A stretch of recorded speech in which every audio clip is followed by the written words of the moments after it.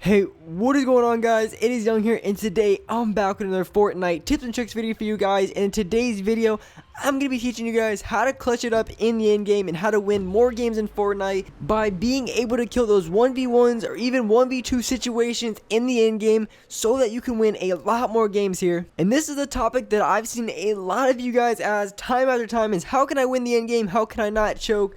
What can I do at the end game to win more games? And how can I not choke my shots in the end game? So I'm going to be going over everything in this video and give you guys a full guide on how to win in the late game. Before we get into the video, if you guys could drop a like on this video, make sure to subscribe to the channel, turn on my notifications, and alright guys, let's get right to the video.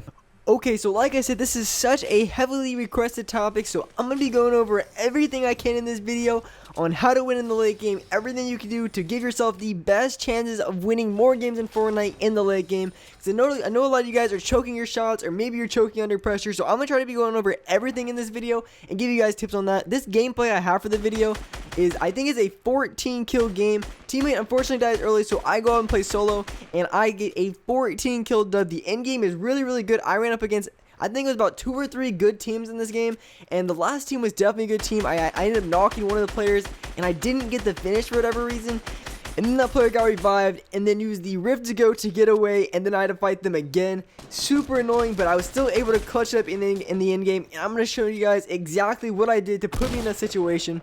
So the first thing that I want to talk about when it comes to winning in the end game, it's really important, is how it's basically how your playstyle is for the entire game. Because if you're playing really slow, you're not rushing a ton of people, it's going to be very different than if you're playing extremely aggressive and you go for a ton of kills, or you have a ton of kills in the late game. Your loot is going to be completely different. You're going to have a completely different situation. And what I mean by that, if you're playing slow the entire game, I'm not saying that's a bad thing, I'm not saying it's a good thing, but if you're playing slow the entire game, a lot of the times you're not going to have a ton of ammo.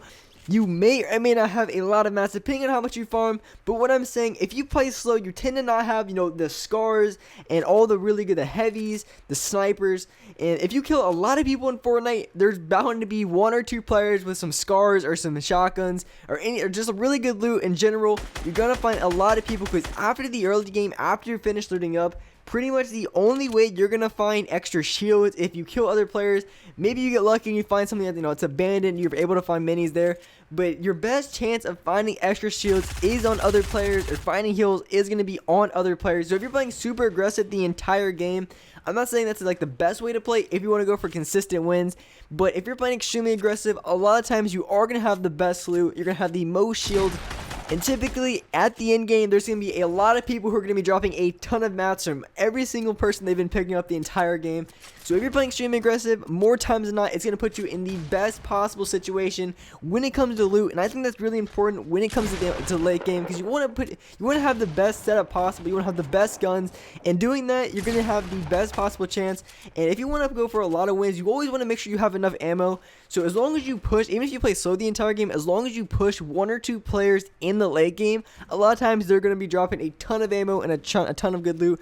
So if you want to play slow, your best bet is just try to focus on getting a kill or 2 in the later game. I say top 15 players, try to get a kill or 2 just so you can get stacked up on ammo, get stacked up on mats, even maybe if they even have a better weapon.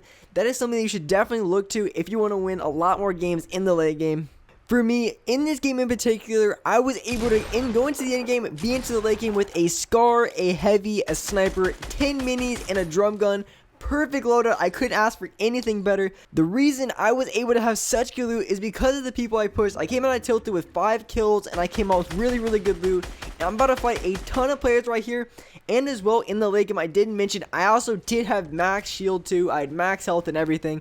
And that's really important considering the fact that right here in the situation, from the exact same spot that I'm at, I double my kills. I go all the way from 5 kills. I kill 5 people in this place right here.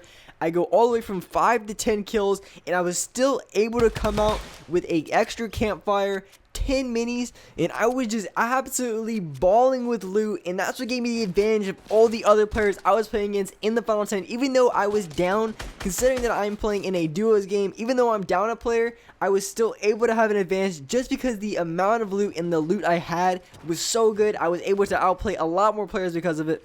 The next thing that I want to talk about when it comes to the late game is, typically in the late game, there's going to be 2 types of players, either really good or really bad. And the reason for this is there's a lot of players in the end game who just been camping the entire game. Those are the people camping in those 1x1s at the end of the game, just completely camping, have no kills at all. And then you're gonna have those sweaty tryhards that just running around with double drum guns, triple LMGs, just completely sweating. And I just think that's really important to understand when you're going into the late game, that you always want to try to fight the least skilled players. If that's the way to put it, you always want to try to fight the least skilled players possible, because that's your best chances of winning, right? That's your best chances of winning, trying to fight. Just look, you can usually tell when you look at a team, even before you get into a gunfight with them, whether or not this can be a good team or not. If they're running around, they both have drum guns and they're jumping around looking all over the place, and they look like they're really aware players.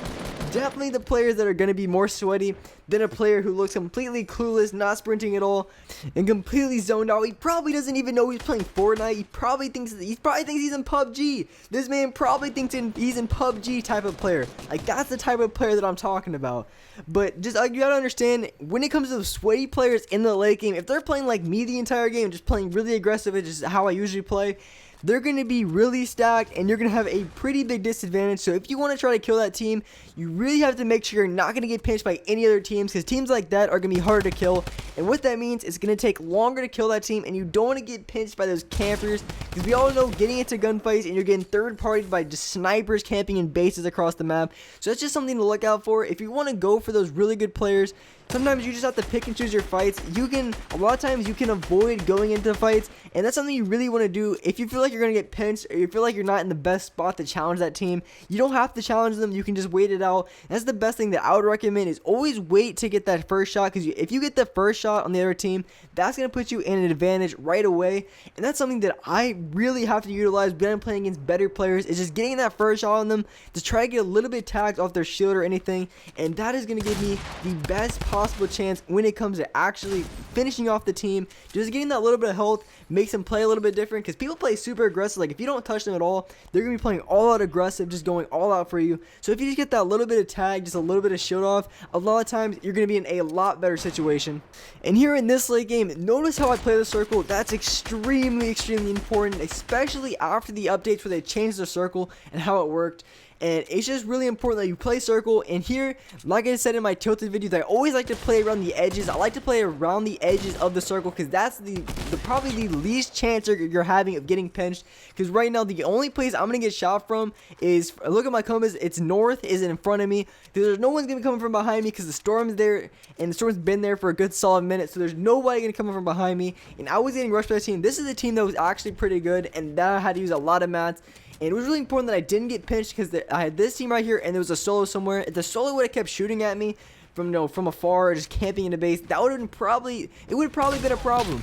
So I had to make sure that I was just trying to get this gunfight over as quickly as possible. So I ramp up there, get the high ground. I get a few tags on him, but I knocked the ramp down, but I didn't get the finish on him. And that's really crucial, because he actually got the revive. His teammate got the revive on him.